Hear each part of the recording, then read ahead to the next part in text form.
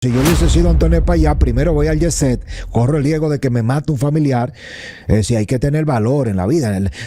Lo primero que Antonio Payá debió hacer es bajarse del avión e ir a Jet a levantar piedras. Él se derrumba un techo, mueren 235 personas y hay dominicanos que cuando se roban un plátano y 2 huevos van 20 años a Najayo y no salen porque no tienen para pagar una fianza de 10,000 pesos. Antonio Payá ahora lo están interrogando. Y después del Jet, para el que no lo sabe, tiene que saberlo, Antonio Payá tiene el apoyo de todos esos grupos. Paga tu consecuencia, tú eres el sacrificado, eso es una discoteca, nosotros no tenemos que ver con esa operación. Y han puesto todos sus medios para pagar a los abogados, para demostrar que con influencia y poder cualquier ciudadano empresario tuviera un 10% del apoyo que Antonio Payá tiene, fuera difícil procesarlo. La única manera de Antonio Payá salvarse es siendo preso. Si yo no creo que la salvación de Antonio Payá, Neudi, sea que no vaya a la cárcel. Al momento de la filmación de este capítulo de Impolíticamente Correcto, el poderoso Antonio Espaillat está sentado en el antedespacho de la procuradora Jenny Berenice junto a su abogado Miguel Valerio. Así como cuando cayó Napoleón tras el concierto de Viena, cambió el panorama político de Europa.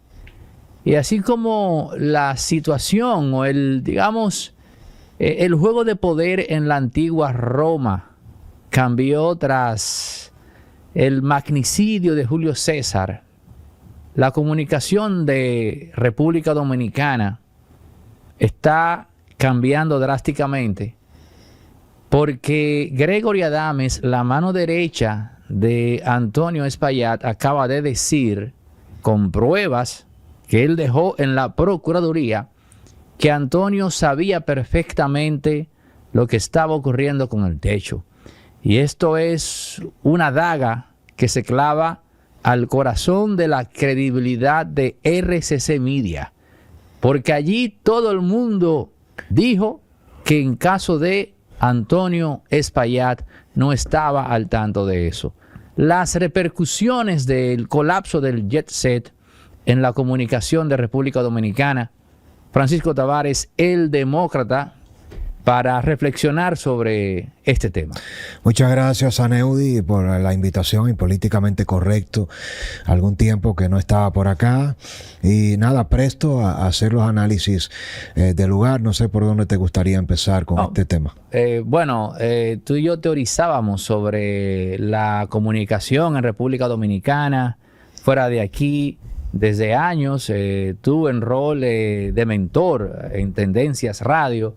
Y pienso que eres la persona más indicada para analizar este tema, porque particularmente yo estoy convencido de que la comunicación en este país no será la misma a partir de este hecho. Hay muchos intereses involucrados y entiendo que Antonio Espaillat no se salva de esta.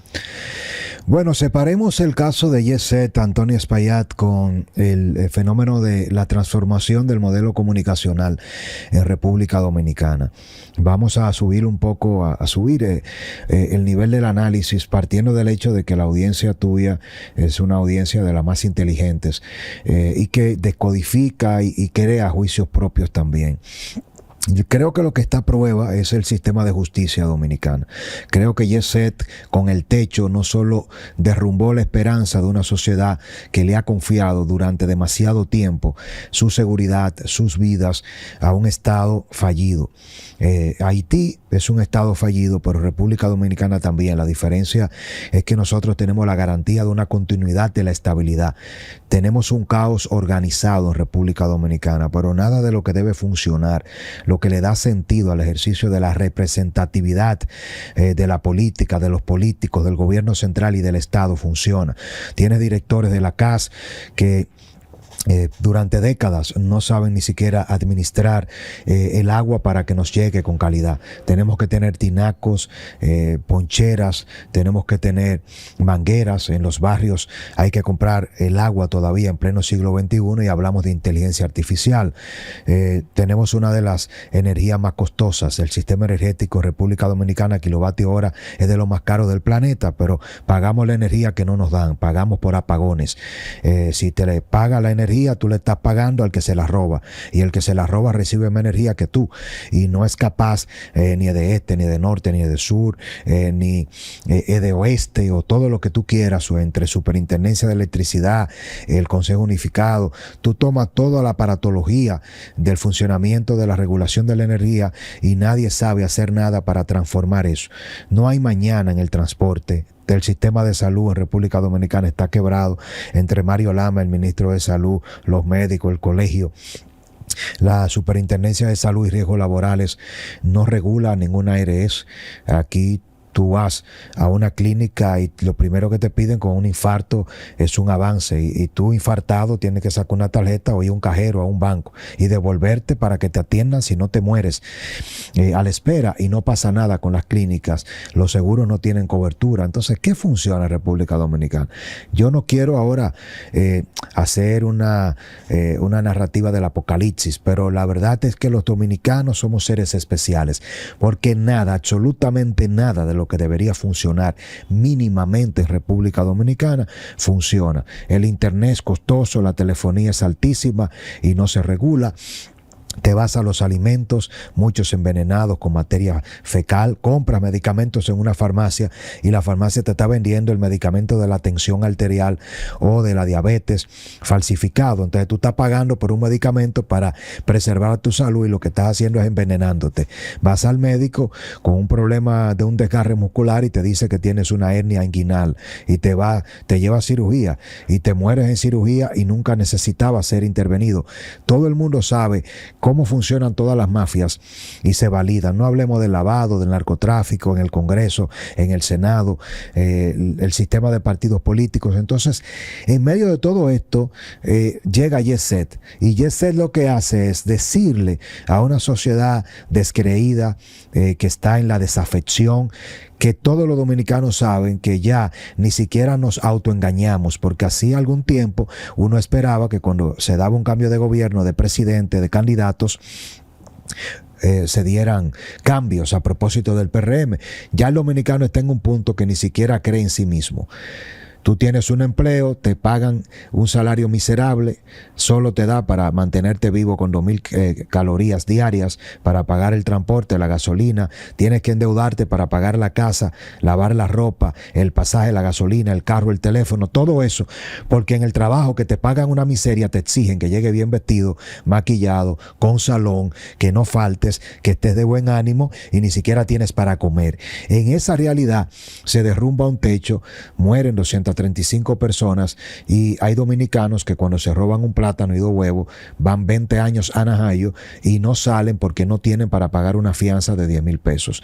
Antonio Espaillá ahora lo están interrogando. Y si Antonio Espaillá no hubiese sido Espaillano, hubiese sido el representante de los Rainieri, de los Vicini, de los Bonetti. Es más, yo te voy a decir un sarcasmo, Neudi. Yo creo que con lo genial que ha sido Antonio Espaillá, él debería descubrir la fórmula para no solo no caer preso, sino para ser presidente de la República.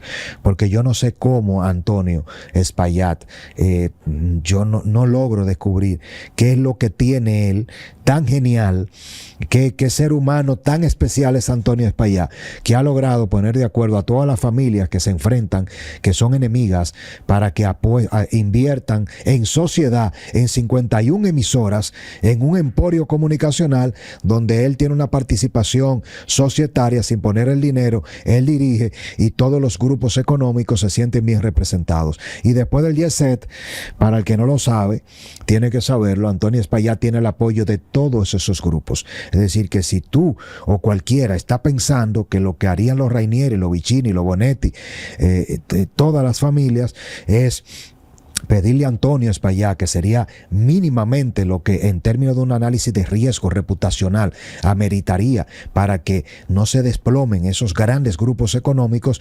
Antonio, el 20% que tú tienes de acciones, tienes que venderlo, tienes que salirte, paga tu consecuencia, tú eres el sacrificado, eso es una discoteca, nosotros no tenemos que ver con esa operación, ahora tú has afectado todos estos medios con inversiones multimillonarias de miles de millones de pesos, y en cualquier parte del mundo a ese propietario, representante de esos grupos, le hubiesen dicho: ve, enfrenta tú esto porque no vas a arrastrar a todos, no te vas a salvar del proceso, y después que tú vayas y cumple 2 años, 4 años, entonces nosotros te garantizamos todo lo que tú tienes y algo más, aunque tú no aparezcas más. No, lo que le han dicho toda esta familia, Antonio Espaillat: tú no estás solo, quédate aquí, tú cuentas con el apoyo nuestro, y han puesto todos sus medios para pagar a los abogados, para demostrar que con influencia y poder, y no solo en República Dominicana, en cualquier país que mínimamente cualquier ciudadano empresario tuviera un 10% del apoyo que Antonio Espaillat tiene, fuera difícil procesarlo. Yo no sé si al menos tú estás consciente de que si se diese el caso de que Antonio Espaillat se salve, se va a hundir el país.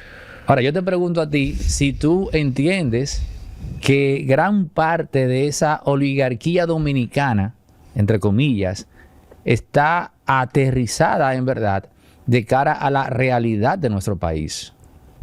Yo creo que la única manera de Antonio Espaillat salvarse es siendo preso. Si yo no creo que la salvación de Antonio Espaillat, Neudi, sea que no vaya a la cárcel. Si yo hubiese sido Antonio Espaillat, la salvación es que vaya preso. Pero claro, si yo hubiese sido Antonio Espaillat, primero voy al Jet, corro el riesgo de que me mate un familiar. Si hay que tener valor en la vida. Lo primero que Antonio Espaillat debió hacer es bajarse del avión e ir a Jet a levantar piedras él. Que le dieran una pedrada, que le cayeran arriba. Ahí estaba toda la seguridad del Estado. Si en buen dominicano lo hubiesen Antonio Espaillat atacado en Jet Set, y él da su discurso, y en medio del discurso le hacen una agresión, y que hubiese terminado con un partido, con una fractura, un poco de sangre, eso ya lo hubiese humanizado, y el país completo dice: este tipo dio la cara. Es decir, todavía no se sabe si él es responsable, si él sabía o no. Antonio Espaillat ha cometido todos los errores, los infantiles, los adultos, los errores profundos, los estratégicos, los materiales, los comunicacionales. Es decir, yo nunca había visto un manejo de crisis tan mal llevado como el de Antonio Espaillat, y eso que tiene firmas internacionales contratadas. Él lo extraño. Entonces es una mezcla, tiene a muy buenos estrategas locales y tiene varias firmas internacionales contratadas, y ha cometido todos los errores. Si medimos por el resultado, evidentemente habrá que ver qué le ha recomendado ese equipo. El que conoce a República Dominicana y al dominicano sabe que el dominicano es solidario, y el dominicano aguanta todo, hasta golpes. Pero el dominicano lo hace cuando siente que no se han burlado de él.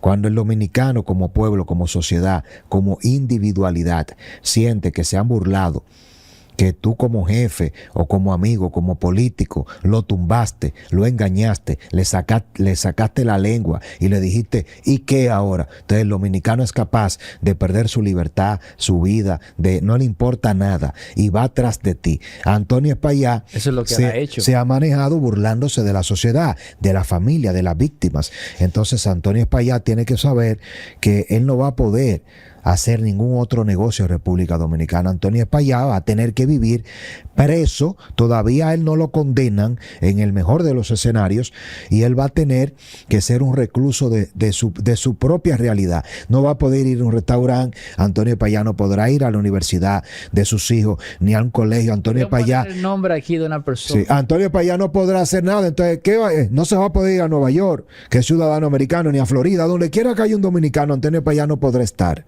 Entonces yo lo que creo es que lo más conveniente para Antonio Espaillat hubiese sido enfrentar todos los riesgos de ir a Jet, de dar la cara, de ayudar a la familia.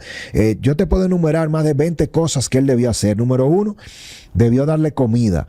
Yo estoy en grupos de WhatsApp de organizaciones de la sociedad civil y de peñas, donde nosotros todavía al segundo y tercer día de la tragedia, cuando se estaban buscando sobrevivientes y sacando los cuerpos luego, tuvimos que hacer colectas entre empresarios para mandar mascarillas, agua, sándwich. Eso no se publicó.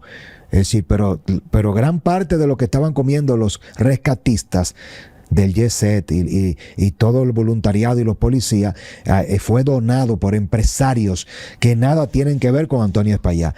Antonio Espaillat tiene jalao, Antonio Espaillat multimillonario, entonces él debió 5.000 millones de pesos. Él debió mandar su restaurante como mínimo a que le diera asistencia. Ahí él debió contratar a una de estas grandes cadenas de farmacias del país, imagínate cualquiera, y decirle a esa farmacia, mira, aquí hay un fondo, todos los medicamentos de todas las víctimas y de los familiares de las víctimas de mi discoteca que necesiten medicamentos, solo tienen que traer una prueba de que son parte de esa víctima, mamá, papá, abuelo, y tienen medicamento un año completo gratis. Él debió poner un call center, no para que llamaran, no, para llamar a todos los centros clínicos y decirle todas las cuentas, y a las ARS, a Humana, Universal, y decirle él que son 3 pesos, a la compañía de seguro no me le cobro un peso de diferencia a ninguna de las víctimas. Yo no se lo voy a ofrecer a la familia para que no entienda que la estoy comprando.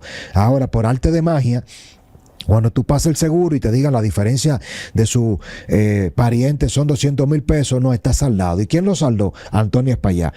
Yo hubiese llamado a las clínicas y le digo, además de la ARS, a todas las clínicas, habitaciones premium para todo el mundo. Porque el dolor, en lo que menos puede estar pensando alguien que perdió a su madre, a su padre, niños huérfanos, los familiares, tener que buscar dinero para pagar medicamentos, gente que tuvo que buscar dinero para pagar la cuenta, la alcaldía buscando ataúd y dándole solarcitos en cementerios donde mucha gente quizás no quería. Entonces Antonio Espaillat debió pagar la clínica, los medicamentos, el seguro, darle comida. Antonio Espaillat a esta fecha debió a Neudi Santos. Ese es el deber ser de alguien que está mínimamente afectado, a alguien que tiene corazón, que dice, yo hice todo este dinero, ahora no voy a pensar en cómo preservo el dinero, voy a ocuparme de transmitir mi solidaridad por todos los medios posibles. Él debió llamar a todos los colegios y universidades de los cientos y tantos de huérfanos y decirle, la carrera completa, la colegiatura completa de todos estos niños que perdieron su padre en el Jet está pago. ¿Tú estás entendiendo?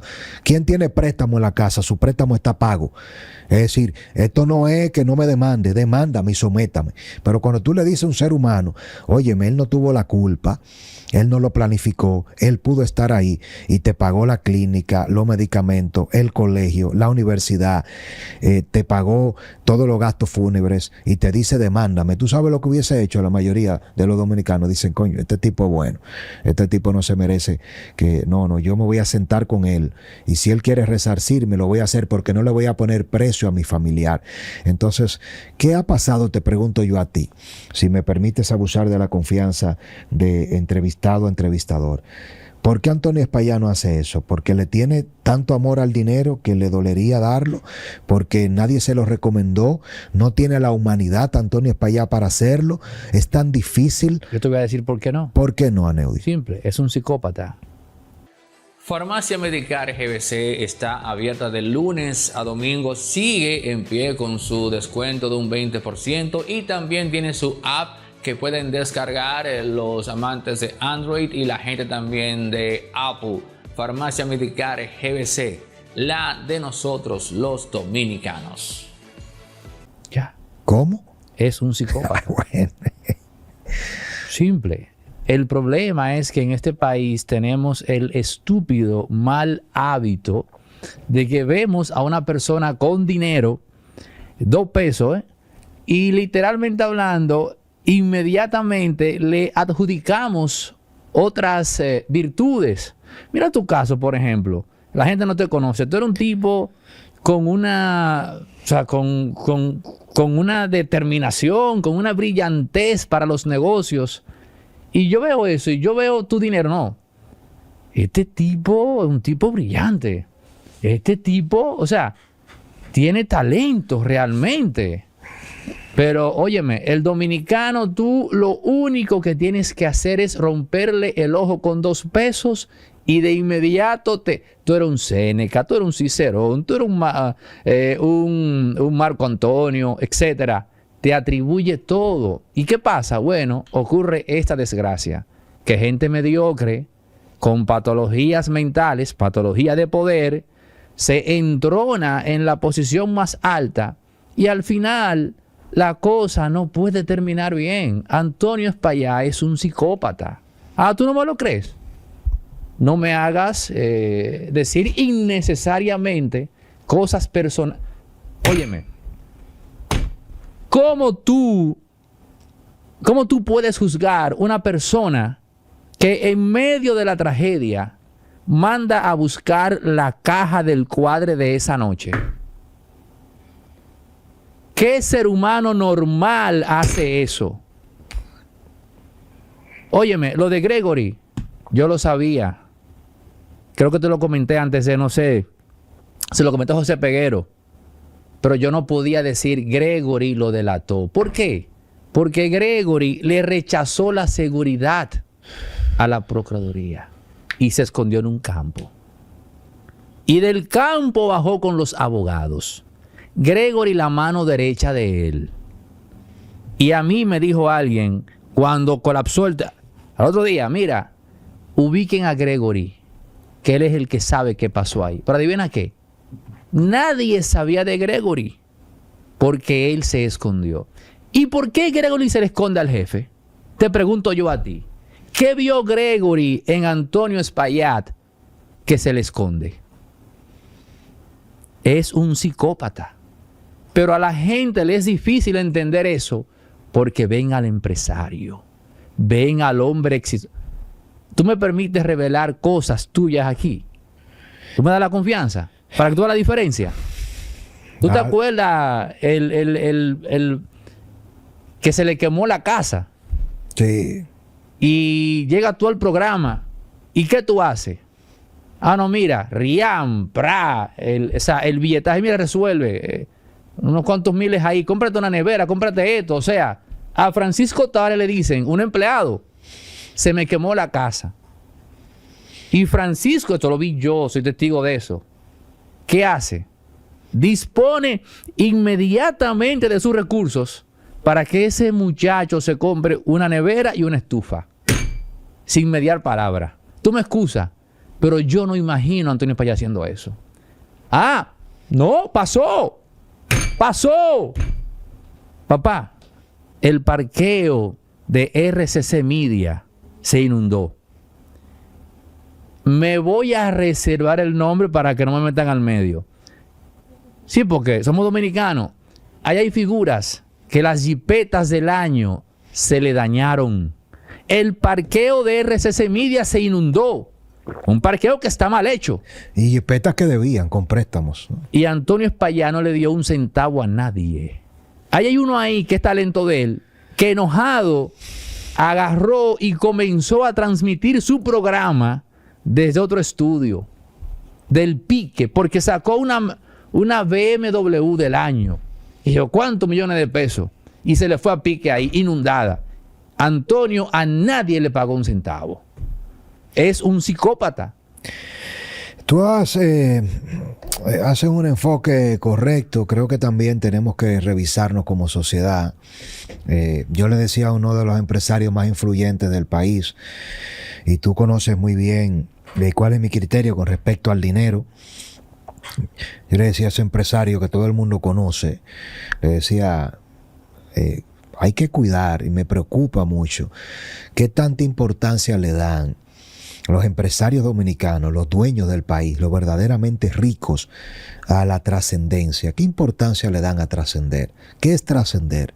Trascender es que cuando mencionen tu nombre, cuando googleen tu nombre, cuando hablen de ti, una vez tú no existes en el plano terrenal, te puedan recordar por obras, hechos que nunca dañaron a un tercero, que siempre transformaron y que dejaron una huella una memoria viva, indeleble, que al pasar de las décadas y de los años, todo el que no te conoce, que no te conoció porque las generaciones con las que tú conviviste murieron, entonces que tu nombre ocupa un lugar en la historia de ese país llamado en este caso República Dominicana.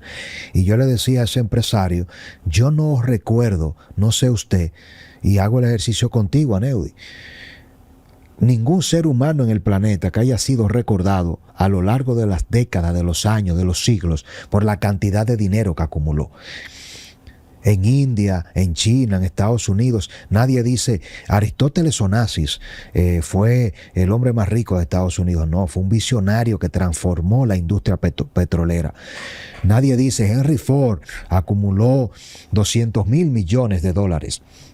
No, Henry Ford fue el creador de la jornada laboral. Nosotros trabajamos 8 horas como marco jurídico universal, porque Henry Ford, cuando le hicieron una protesta en su fábrica de ensamblaje del modelo T, le estaban exigiendo que bajara la jornada laboral a 11, 12 horas, y él dijo no. ¿Cuáles son sus reivindicaciones? Trabajar 12 horas, ustedes van a trabajar 8.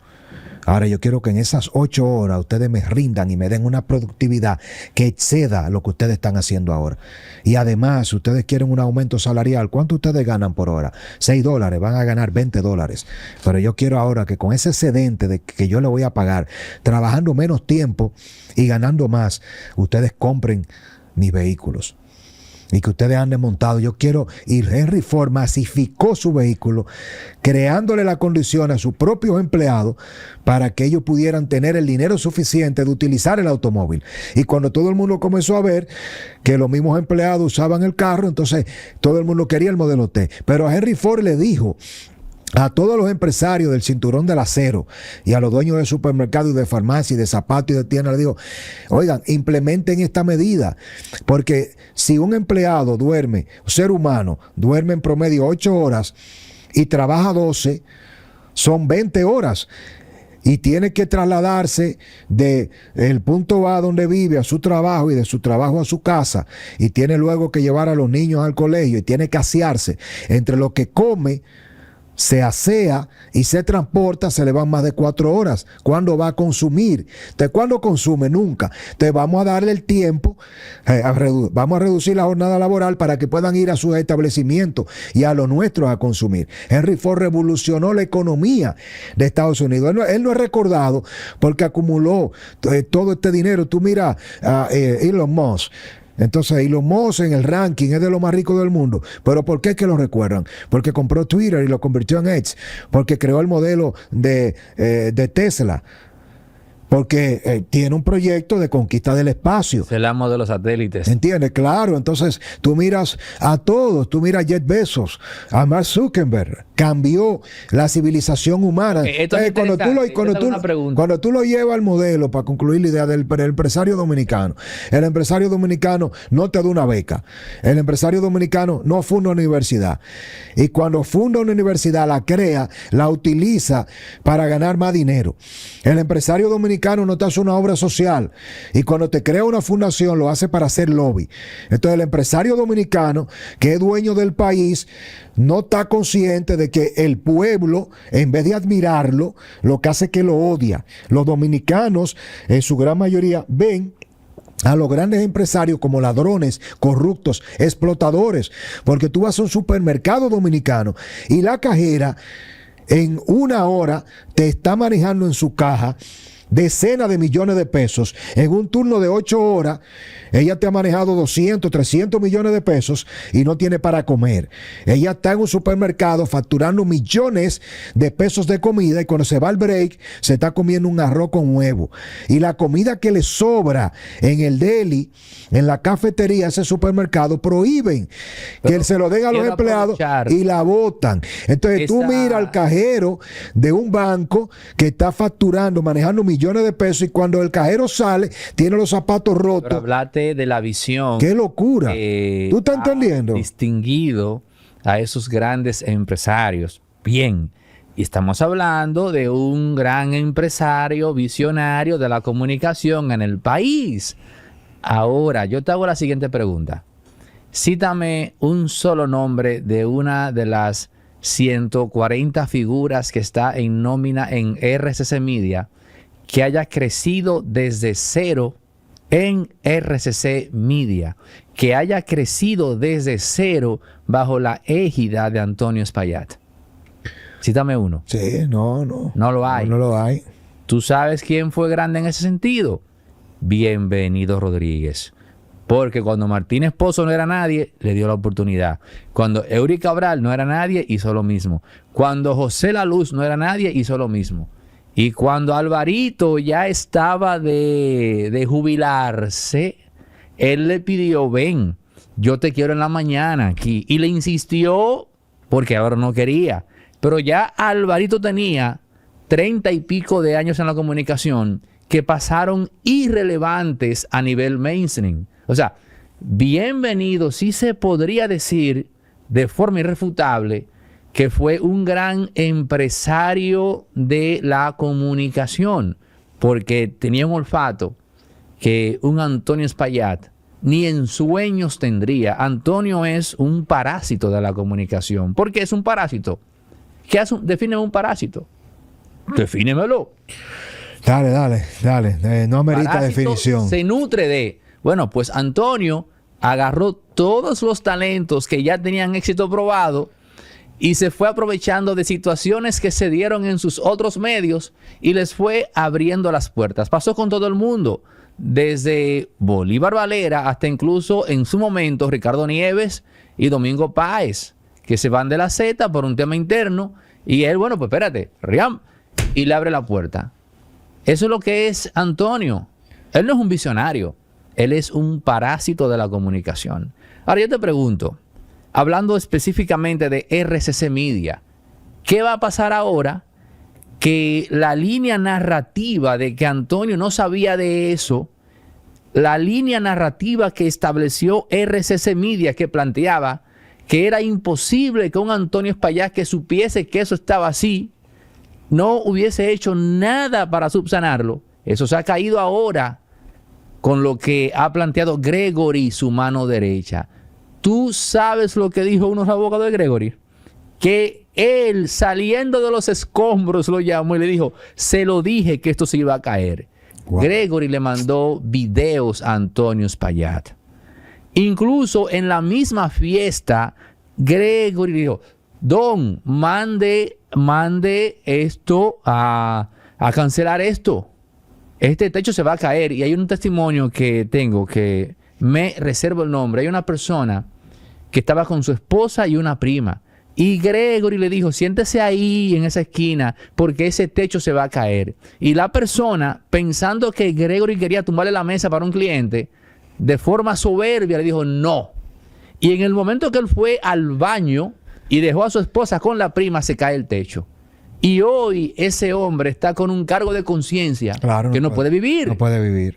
Por solo citarte ese caso. Entonces, ¿qué va a pasar ahora con RCC Media? Porque yo lo que veo es una debacle.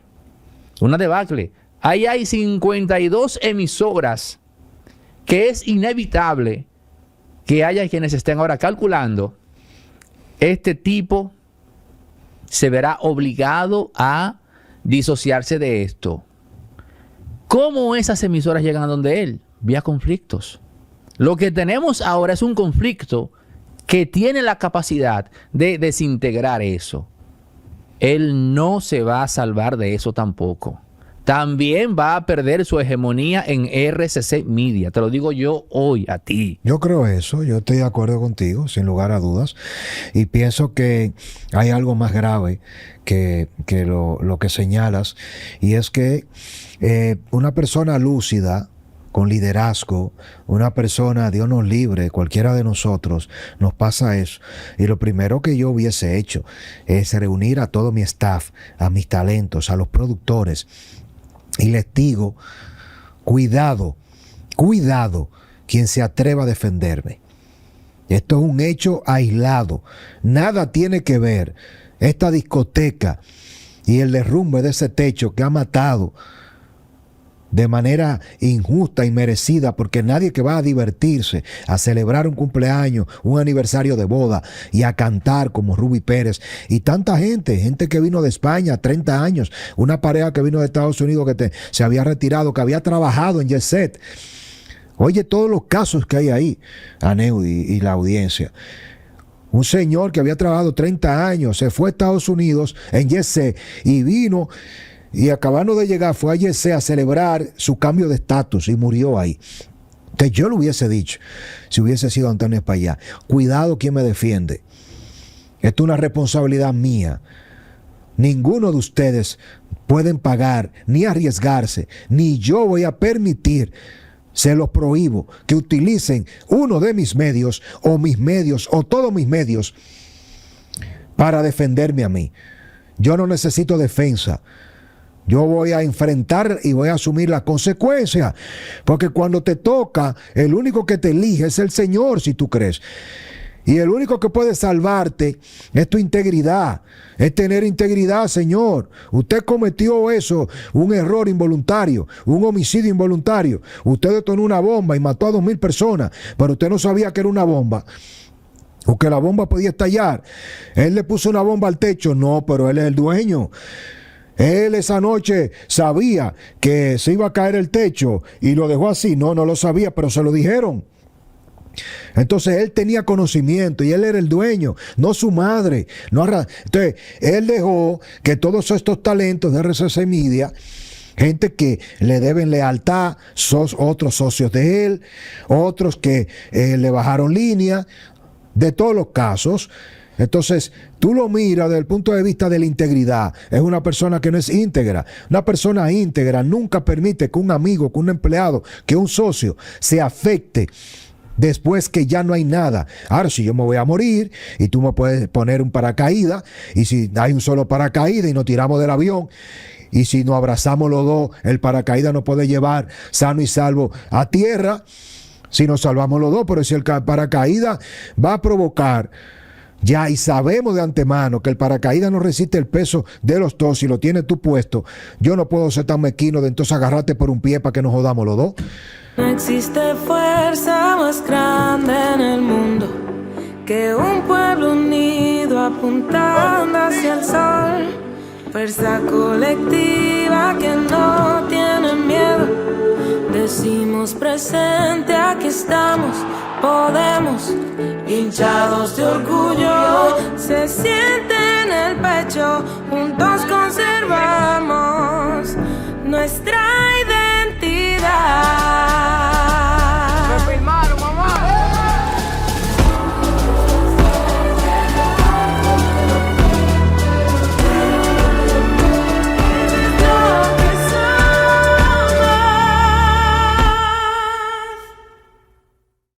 Porque al final puede ser que quien se encargue de mis hijos, de mi esposa, y se encargue de contar qué pasó seas tú. Entonces, ¿cómo yo te voy a matar, Aneudi Santos? Agarrándome del pie para que nos jodamos los dos. Esos seres humanos que los hay, y en eso veo a Antonio Espaillat, que él arrastra a RCC Media, a todos esos talentos, y no le pone un freno, tratando desesperadamente de ver si el paracaídas aguanta el peso. Señor, usted tiene 235 muertes encima. No hay paracaídas, no hay defensa, no hay medio. Todavía él hubiese sido dueño de todos los medios de comunicación en el país, de todos. Desde el Listín, el Diario Libre, el Nuevo Diario, todos los periódicos, las emisoras, todos los canales. Y no se salvan. Esa es una tragedia que arrastra y se lleva al lodo a todo el que la defienda. Y ahí quiero, sí, señalar que la grandeza de las redes sociales, la grandeza de los medios alternativos, de plataformas como las nuestras, es justamente que mientras esa oligarquía y los dueños del país, que son los socios de Antonio Espaillat, censuraron el tema y cruzaron la línea, no solamente de no dar a conocer lo que pasó, sino de defender a Antonio Espaillat. Aquí 4 o 5 plataformas, no más, 4 o 5 somos los que hemos estado, incluyéndote, desde el día 0, pidiendo cárcel para Antonio Espaillat. Antonio Espaillat tiene que ir preso. Antonio Espaillat tiene que tener todas las consecuencias. No importa lo que usted me diga. El que defiende y justifique y diga lo contrario es una persona que no merece hablar por un micrófono, que no es creíble, que no es confiable. El dinero no es verdad que lo compra todo. Hay límites. Y si esto no se hace por las buenas, que yo lo he dicho, lo hacemos por las malas. Es decir, no es una opción que Antonio Payá vaya preso. Es que la tragedia de Jet Set, mientras más pasa el tiempo, más ira acumulada va a generar. Y se lleva esa tragedia, se lleva al presidente Abinader del gobierno, se lleva al gobierno completo, se lleva a los jueces, al sistema de justicia. Esa es una tragedia que tiene el potencial de destruir y desestabilizar el país por completo. Aquí puede ser que esa tragedia sea el detonante eventualmente de protestas que provoquen elecciones anticipadas y que todos los jueces sean destituidos y el Ministerio Público y que la policía no tenga control de nada. Y después de eso viene lo peor, porque si llega a convencerse la sociedad que Antonio Payá no es que lo protegen, que lo presumen, que lo liberan, entonces Antonio puede ser que termine no perdiendo jurídicamente los bienes, que la gente vaya y le queme el edificio y le queme todas las emisoras y que vaya tras él, tras su esposa, tras sus hijos. Dios lo libre, señor Antonio Payá. Pero si a usted no se lo han dicho, créame que lo que se provocó en Jet Set, de lo cual usted es responsable directo y perdió la oportunidad de que, digamos, ahora yo pudiera decir, si yo hubiese visto a Antonio Payá que se pone la esposa, oye, yo hubiese ido, yo me meto preso yo mismo, yo cojo y me pongo la esposa y convoco los medios y digo, a mí hay que trancarme, a mí hay que buscarme una cárcel. Ahora, no es que me interroguen, yo soy responsable. ¿Cuánto es la pena máxima? ¿Cuánto es? 2 años, eso es poco. A mí hay que condenarme a 20 años. A 20 hay que condenarme. Ahora, el responsable de esto soy yo, no me toquen a mi mamá, que tiene 80 y pico de años, mi esposa, que se ha fajado conmigo, esos medios de los cuales yo tengo una participación minoritaria. Entonces usted se sacrifica usted, y ni siquiera se sacrifica, porque todos los beneficios de ser el líder, de ser el dueño, conlleva que después tú no quieras joder a tus empleados. Y tú no eres el dueño de Resort y Media. Y tú no eres el dueño de Impolíticamente Correcto. Y de todo lo que tú has venido creando. ¿Y dónde van los beneficios? Hacia donde ti. Y cuando hay pérdida. Entonces tú vas a llamar a tus empleados. Disculpa que ponga el ejemplo. Para decirle a tus empleados, no pueden cobrar. La cosa está mala. Y cuando tú generas millones de pesos, tú lo llamas y se lo repartes a ellos. Entonces, si tú no repartes los millones como dueño, tú no puedes repartir la consecuencia. Cuando algo le sale mal a uno como empresario, y tú lo sabes, que me conoces durante muchos años, ¿cuál es mi filosofía? A los empleados te tiene que pagarles, repartirles. Más de 25 años. ¿Entiendes? Tenemos tú y yo. Como pasa el tiempo. Eso, y duraste trabajando conmigo como 14 años. Entonces, ¿cuál es mi visión? Esa. Entonces, el dueño corre los riesgos de jurídico, de demanda, de todos los tipos. Si tiene que caer preso, quebrar, y tú vuelves y te levantas. ¿Cuánta gente no se han levantado cuando quiebran, pero asume la responsabilidad? Lo que pasa es que en República Dominicana estas élites creen que pueden dominarlo todo. Pero, y las redes sociales y nosotros influimos más que todos los medios tradicionales, que todos. Y aquí quiero también dejar algo claro. Todo el que se dedica a chantajear, extorsionar, que le den cárcel. Cárcel. Porque no podemos permitir que los que somos serios, honestos y que tenemos principios y límites y que representamos los mejores intereses de la nación en el ecosistema digital, terminemos con un baño de aquello por un grupito, por 2 o 3 amiguitos que andan por ahí con procesos, con sometimientos, porque se dedican a extorsionar, porque se dedican a chantajear. La libertad de expresión no es una opción, es un derecho. Usted tener libertad de decir todo de lo que tenga prueba. La libertad de expresión, ¿me escucharon? No es una opción, es un derecho. Decir la verdad, no mentir, no extorsionar, no es una opción, es un deber. Si usted tiene el deber de no mentir y de no dañar, usted no puede decir nunca en un medio de comunicación, en una red social, que fulano de tal es un ladrón y un corrupto, porque usted le están pagando para decir eso, que fulanito es un narcotraficante sin serlo. destruir un matrimonio, una familia, que se acostó, que preñó, que... No, eso no es libertad de expresión. No necesitamos nueva ley, lo que necesitamos es cárcel para el que lo haga. Y si tú o yo mañana lo hacemos, cárcel para nosotros también. ¿Cuál es la ventaja? Que si usted no lo hace, entonces tenemos que estar claro que no puede venir ningún gobierno a querer censurarnos. Cero censura, cero chantaje. La publicidad no puede ser utilizada como un método de coerción. Por eso yo no creo en la publicidad. No creo, porque te colocan 10 pesos, 3 pesos y creen que te están comprando. Y cuando te colocan 3 pesos, lo que te coloquen, por más que creen que te estén dando, le están repartiendo los millones a otros. Y a nosotros vienen y nos dan 3 pesos y después te llaman y te escriben. Como me hizo Nene y Cabrera a mí. Sin colocarme publicidad, le entendía que podía darme órdenes. Y yo lo llevé a la Procuraduría. Le dije, venga, déme orden aquí, con Jenny Berenice de frente. Yo no tengo miedo. Deme órdenes aquí, venga, dígame lo que yo tengo que decir o no. ¿Por qué usted no le marcha a Alicia Ortega?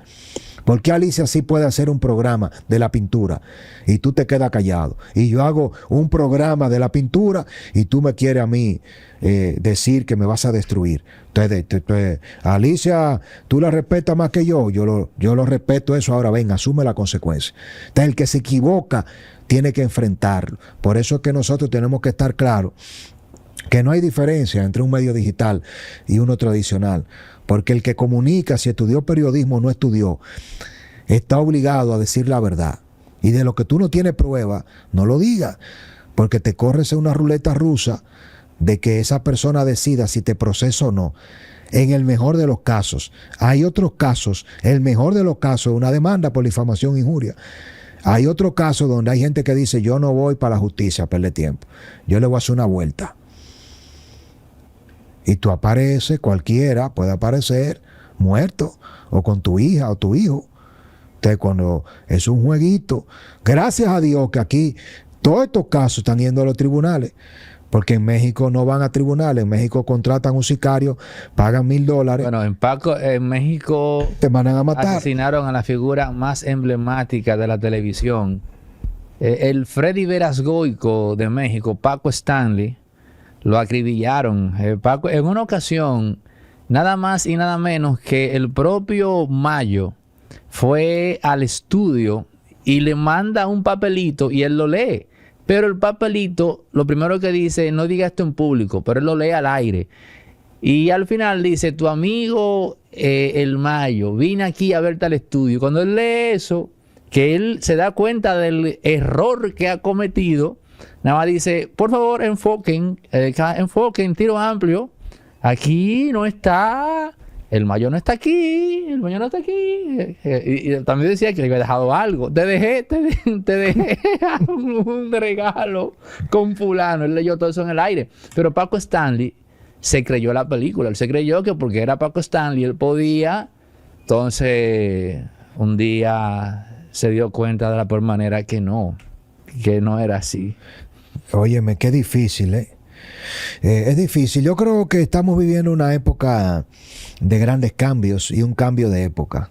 Estamos viviendo grandes cambios en esta época y estamos viviendo a la vez un cambio de época también. Esa transformación social donde hay ciudadanos más críticos, donde ya nosotros no tenemos la verdad absoluta, donde es una comunicación bidireccional, donde la gente reacciona a este video, a este programa, diciendo que está de acuerdo conmigo, que no está de acuerdo contigo, que exageramos, que no, que somos brillantes, inteligentes, tenemos rechazo, tenemos aceptación. Eso conlleva una gran responsabilidad y esa responsabilidad genera un gran poder y ese poder trae consigo una influencia y esa influencia trae consigo también un paquete de beneficios, de fama, de gente que a veces tú puedes llegar de un sitio como te ha pasado y tú quieres estar con tu esposa discreto, estás cansado. Mire, yo llegué ayer a un sitio, me reuní en una terraza y yo estaba en una conversación con una persona de un tema muy delicado y esa persona me estaba narrando y contando un tema delicado con el que quería un consejo y al lado había una mesa con una tertulia de 7 o 8 personas y me abordaron demócrata, ¿cómo tú estás? Queremos que tú nos analices el panorama político, por favor. Y yo saludé a todos ahora. Y yo le dije con mucha, sí, deme unos minutos. Y volvieron otra vez. Bueno, yo tuve que pararme, pedirle disculpas al amigo y sentarme un rato con personas que no conozco, pero son mis seguidores. Y me siento halagado y con la garganta afectada de todas las horas de grabación. Y después que le dediqué 40, 50 minutos, una hora, vuelvo y te digo, sin saber cuál es el interés, pero estaban interesados en que yo hiciera una especie de programa con ellos ahí. Y yo lo hice y después tuve que volver donde el amigo a retomar una conversación totalmente diferente. Entonces la fama, el reconocimiento, el poder que nos da el demócrata, a Impolíticamente Correcto, a Francisco Tavares, a Neudi Santos, trae consigo que no es si tú quieres saludar, es que tú no puedes estar en la calle y que la gente te, ay, ¿cómo tú estás? Francisco, a Neudi, y tú, o que tú no conoces a nadie, si ya tú formas parte, nosotros formamos parte de una élite, de un grupo de dominicanos que le ponemos voz a millones que no la tienen. Y eso conlleva que tú no falles, que tú sepas utilizar ese poder. También a veces sacrificar, en eso yo creo, el tema de que yo quisiera que pase con un amigo personalmente que se ve involucrado en un tema, pero mi responsabilidad periodística conlleva que yo diga, tiene que ir preso. Y a mí me escriben muchos amigos y empresarios y hasta socios en algunos negocios. Me dicen, yo estoy involucrado en ese tema, y yo le tengo que decir, lo siento, si somos amigos, somos hermanos en el plano personal, pero si tú te has involucrado en ese proyecto que viola la ley, que no tiene permiso, yo tengo la responsabilidad de denunciarlo y de decir que hay que cerrarlo. Luego yo te ayudo en todo lo que pueda fuera de mi medio. Entonces hay mucha gente que se pone enemiga tuya, que pierde. Hay mucha familia que me llaman directa a mí, gente muy cercana y querida de mi familia. Mira, tú dijiste esto y esto es de un amigo que me pidió. Digo, no puedo hacer nada, porque es que yo sencillamente me hice eco de una denuncia. No puedo dejar de denunciarlo, ni puedo decir ahora que está bien. Pero hay personas que tienen una enemistad, que tienen una confrontación y ve que yo he dicho algo positivo de algún político, de algún empresario, de una situación. Esa persona es mi enemigo. ¿Por qué tú lo defiendes? No se merece. Mañana yo quiero que tú digas esto. Digo, yo no puedo decir eso a esa persona porque la información que tengo es que es correcta, es que es una persona honesta. Entonces, es difícil. Es decir, mucha gente quisiera estar en nuestros zapatos, pero no lo están. Yo sí creo, Neudi, en ese componente, que también hay unos celos. Hay una generación periodística que se acostumbró a tener el poder, gente que nunca pensó en retirarse, que nosotros hemos retirado. Nosotros hemos retirado del liderazgo, de la influencia y del poder a grandes grupos económicos que tienen canales UHF, cientos de emisoras, y que ahora nuestras plataformas se escuchan más que todos sus medios, y que la gente cree más en nosotros que en todos sus talentos asalariados, y eso genera un recelo, y ese desplazamiento y esa redistribución del poder mediático. Ellos no se van a quedar de brazos cruzados. Ellos van a articular un sinnúmero de acciones para desacreditar, para perseguir, para dañar, para destruir. Pero esto es como una especie de alga marina que se reproduce con el agua. Imagínate cuando tú tiras una alga en el agua, que el fitoplancton la reproduce, ya esto no lo para nadie. Si desapareciera el demócrata y a Neudi Santos, y Políticamente Correcto, y José Peguero, y Ariel, y Somos Pueblo, y Sergio Carlos, y todos los demás que están gravitando allí, uno más, otro menos, con más influencia, que el que a usted le gusta o no, si lograran desaparecernos a todos, nacieran 500 plataformas más. Bueno, Sergio Carlos está lamentablemente comprometido con este tema, porque él asumió una narrativa totalmente favorable a Antonio Espaillat.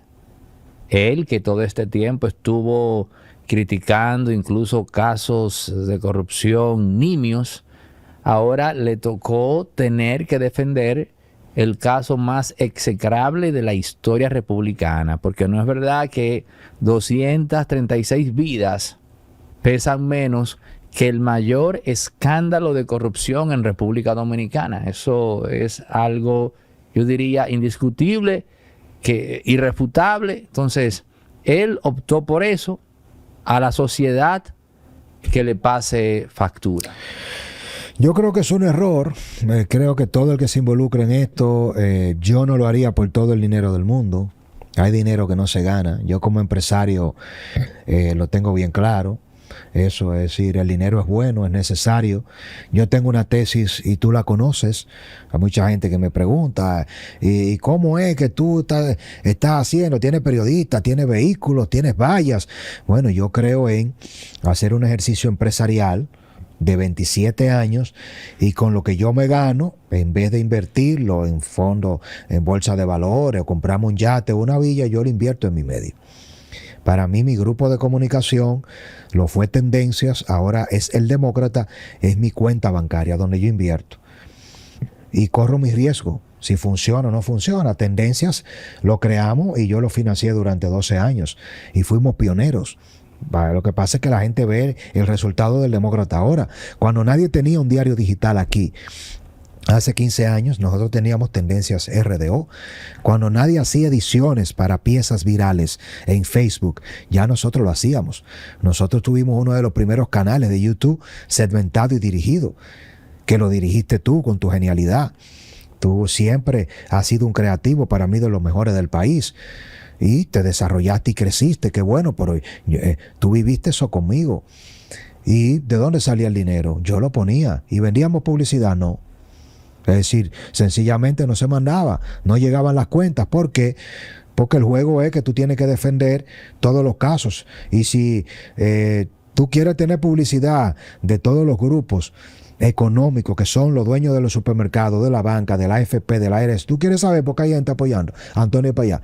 Porque los socios que están defendiendo a Antonio Payá son los dueños del país. Cuando yo digo los dueños del país, es que son los dueños de la AFP, de la ARS, de la clínica, de los bancos, de los fondos de pensiones, de los contratos de generación eléctrica, socios de la telefónica, de los canales de televisión, de radio, de los talleres, de los hoteles. Toca algo que genere dinero, son los mismos dueños. Esas 10 familias que yo documento y explico en mi libro, La Plaza de la Bandera y el derrumbe del Pacto Secreto de la Corrupción, se han beneficiado, muchas de ellas con lavado, con evasión de impuestos, con contrabando, y la repartición que hizo Balaguer después del ajusticiamiento de Trujillo. Y acumularon riqueza, son la misma dueña de los grandes edificios, de las torres, de las plazas comerciales. Y al final, cuando tú comienzas a denunciar, a cuestionar y no asumes la agenda de esos grupos oligárquicos, tú no vas a recibir publicidad. Nosotros duramos 12 años, yo tengo 22 años ya en los medios de comunicación, 22, 23 años en el 2002. Y los dueños de las agencias, de las agencias publicitarias, manejan la cuenta de todas esas empresas, que son los presupuestos privados. ¿Y a quién le colocan? A lo que son empleados que se alinean con los intereses de ellos. Cuando uno asesina, cuando uno viola, de esos casos no se habla. Otro se droga, otro es homosexual, eso no sale. Aquí solo se publicaba y se hablaba de los temas de los jodidos, de los de a pie, pero cuando alguien se da una sobredosis o lo agarran con droga o mató, violó o se robó un dinero y es socio de uno de esos grupos controlan la línea editorial de todos los medios, la controlaban. Entonces, ¿cuál es el tema ahora que nosotros llegamos y no lo pueden controlar? Hay muchos colegas de nosotros que se venden, hay otros que se censuran, hay otros que tienen miedo. Eso es válido. Yo respeto más al que dice, bueno, me pueden destruir, me pueden joder, que al que dice, no, yo me quiero hacer rico, búscame, este es mi precio. Y yo lo que quiero es hacer dinero con esto. Entonces, tú no puedes tener el dinero y la credibilidad. La gente no es tonta. Todo el que nos sigue en la era digital sabe cuando tú te vendes, cuando te transas, cuando estás alineado con un tema o no. Ahora, si yo tuviera que elegir un tema para alinearme, no me alineara nunca por todo el dinero del mundo con Jet Set. Yo prefiero no hablar más. Si para yo ganar dinero o ganarme la buena voluntad de los dueños del país tengo que defender a Antonio Payá, fracasé. Porque yo no defiendo a Antonio Payá. No importa quién me lo pida. Y debo decirte que me lo han pedido. Y no lo haré. Nunca. Yo no defiendo al psicópata que llegó a la cima del poder en República Dominicana por la inobservancia de una sociedad que se deja embaucar por 2 pesos. En el caso de él, sus 5,000 millones de pesos. Antonio Espaillat, no sé si Dios quiere, aprenderá de la peor manera que el ser humano no es solo una cifra. Porque lo que él no hizo en el jet set, que tenía que hacer, tiene que ver con dinero. Un dinero que él se quiso ahorrar. Y, ya para cerrar, ¿qué tan soberbio y prepotente innecesariamente era Antonio Espaillat? Bueno, la respuesta es simple. Está a la vista de todos. Si a él le cayó encima la mayor tragedia que figura alguna de poder le ha tocado en República Dominicana, es porque precisamente él era el más soberbio y prepotente de todos. Hay una parte de la Biblia que dice: frente a lo que el hombre llama sabiduría, Dios eligió lo que el mundo llama locura. Pero ese intonso no conoce nada de eso, porque ese intonso nunca en su vida se ha leído una sola página de un libro, porque lo de él era hacer dinero y punto. Bueno, una conversación exquisita con Francisco Tavares, el demócrata, acá en Impolíticamente Correcto. La comunicación en República Dominicana no será la misma después de esto. Así de simple, así de básico. Aunque Francisco haya tenido un poquito más como de comedimiento y templanza, yo digo, cayó el zar de la comunicación. Me la voy a jugar. Aún así mañana saque cabeza otra vez y vaya atrás de mí. Ese señor cayó. Y aquel que pretenda defenderlo, como bien dijo Francisco Tavares, se irá con él. Señores, recuerden que Resorte Media tiene estudios inmensos con capacidad de 4 a 6 personas, con tomas en movimiento, así que emprendedores, estudiantes universitarios, empresas, todo aquel que esté ubicando, ¿no?, un setting de estudio para hacer podcast bien ubicado, estratégicamente ubicado en Bellavista, casi llegando a la Núñez de Cáceres. Aquí puede encontrar esos estudios. Figuras como Noel de la Rosa, Eladio Hernández, La Quinta Pata, Anro Rivas, un servidor. Grabamos acá en los estudios de Resorte Media, donde se está gestando la comunidad de influencers o comentaristas, analistas locales e internacionales. Están saliendo de acá, de estos estudios.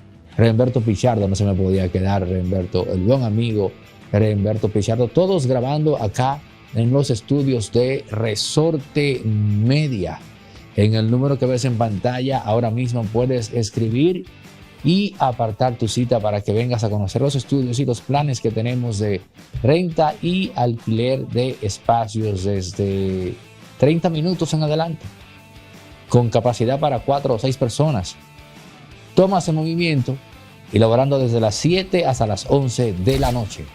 Resorte Media.